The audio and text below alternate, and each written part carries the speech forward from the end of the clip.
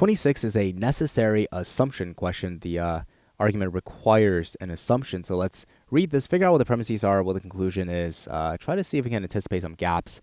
A farmer says crops, GM crops, genetically modified, genetically engineered GM crops that produce toxins enable them to resist insect pests, and you don't need to spray them with insecticides. Right? Great. Okay. So so another premise here, excessive spraying of insecticides has harmed wildlife populations near croplands.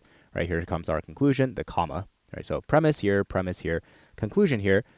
Using such GM crops more widely is likely to help wildlife populations recover. Okay, so not a bad argument, right? We have, look, what's damaged our wildlife? Well, excessive spraying insecticides. Okay, now bring in these GM crops that don't need insecticides. Right? So is not gonna help? Is not gonna help our wildlife recover? Except like the huge flags. Like, wait a second, hold on. These GM crops produce toxins, right? Like, okay, these toxins. I'm guessing these toxins are bad for insects, right? Just like how the insecticides were bad for insects, but just like how the insecticides were bad for wildlife, we gotta make sure these toxins aren't bad for wildlife. Otherwise, you haven't replaced anything. You replace one evil with another evil, right? And then you expect the results to be better. So that seems to be like the huge glaring thing we need to account for here. And that's sort of how A does it, except A does it just like a necessary assumption question demands. It does it in the most subtle way that you can. Right? It just says use of the GM crops in place of the traditional crops will cause less harm to wildlife. Yeah, that had better be true. Because if you negate this, you erect an insurmountable wall where your premises don't support your conclusion anymore. If you negate this, it's not the case that it will cause less harm. GM crops will cause equal harm as compared to traditional crops, or greater harm as compared to traditional crops for wildlife. So then in that case, how the hell is GM crops how the hell are these premises going to support the conclusion that populations are going to recover? It's not, right? That's why A is absolutely necessary, right? A basically takes care of that toxins concern that I brought up, that I think the test writers planted in our minds by saying that they produce toxins, right? That's a concern that's planted in our mind. A takes care of it without actually using the word toxins, right? It just subtly takes care of it. It says, well, cause less harm. That incorporates everything, every kind of, like, from toxins, yes, from other things too, right? So A has to be true. Now B says wildlife. So B is a conditional statement, and they always do this. It's like, 3 lines in, you're like, great, it's a conditional statement. So if the amount of insecticide sprayed on croplands is reduced even a little bit, then wildlife populations will recover, right? See, B is a great strengthening answer.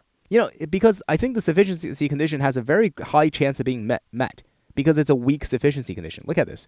Even if you reduce it even just a little bit, it'll likely recover. Well, yeah, I think I got a chance of reducing even a little bit because, look, we can use GM crops that don't need insecticides, right? So it's a great strengthening answer, but it's not a necessary assumption. We don't need this to be true. We don't need it to be true that if you reduce it even slightly, wildlife will recover, right? What if the demand was higher?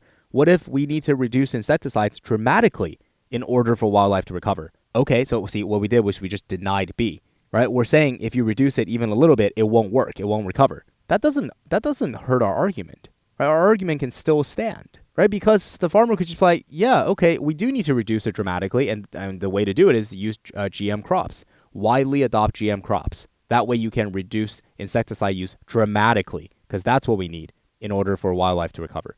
You see, B's not necessary. Same with C. C is also a strengthening answer choice. This is a pretty good strengthening.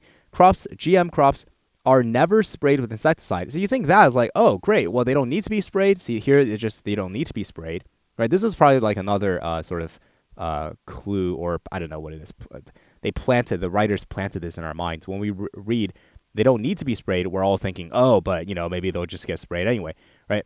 So that was another thing we want to take care of. C kind of does that, but in the wrong way. It's a strengthening answer, right? If GM crops in fact are never sprayed, because here they just don't need to be sprayed. If they in fact are never sprayed, that's great for our argument, but it's also not necessary, right? It's just not necessary. We don't really need it to never be sprayed. What you're saying, like 2 sprays here and there, that's gonna do a lot, right? Do you see, like, what? It was excessive spraying that caused wildlife damage anyway, right? I mean, you spray it twice, go nuts, spray a dozen times, right? That's not excessive. It's fine. We're fine, right? So C is not necessary. Use of crops that have been genetically engineered the GM crops is no more costly. D brings in like, oh, you didn't consider costs. Yeah, that's right. Neither did the farmer. The premises and conclusion never consider cost. It's not a part of our argument. We don't need to consider it here. So this is not necessary. E is also a conditional statement. If a wider use, so basically it's GM crops, right? If that's likely to help at least some of the population recover. So here we don't know if it's gonna.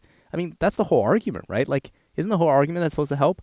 So you give us this condition. Okay, so if the use of GM crops helps wildlife population recover, it must be through preventing excessive spraying of insecticides. Why do we need that to be true? Why can't we have, look, let's just satisfy the sufficient condition, fail the necessary condition to negate this statement, right? Remember, if you negate a supposed necessary assumption, it's supposed to wreck our argument, right? It's not going to. Here, satisfy sufficient. Use of GM crops will be likely to help at least some wildlife population recover, but it's not through this. It's because, I don't know, their soil ecosystem, their roots ecosystem is really great for the soil, which then attracts, I don't know, insects and other small animals, which then attracts larger animals, which that's the way it helps wildlife population recover, right? Okay, then our argument still stands. See, the farmer's like, told you, we should use GM crops. That's going to help our wildlife population recover. E's not necessary.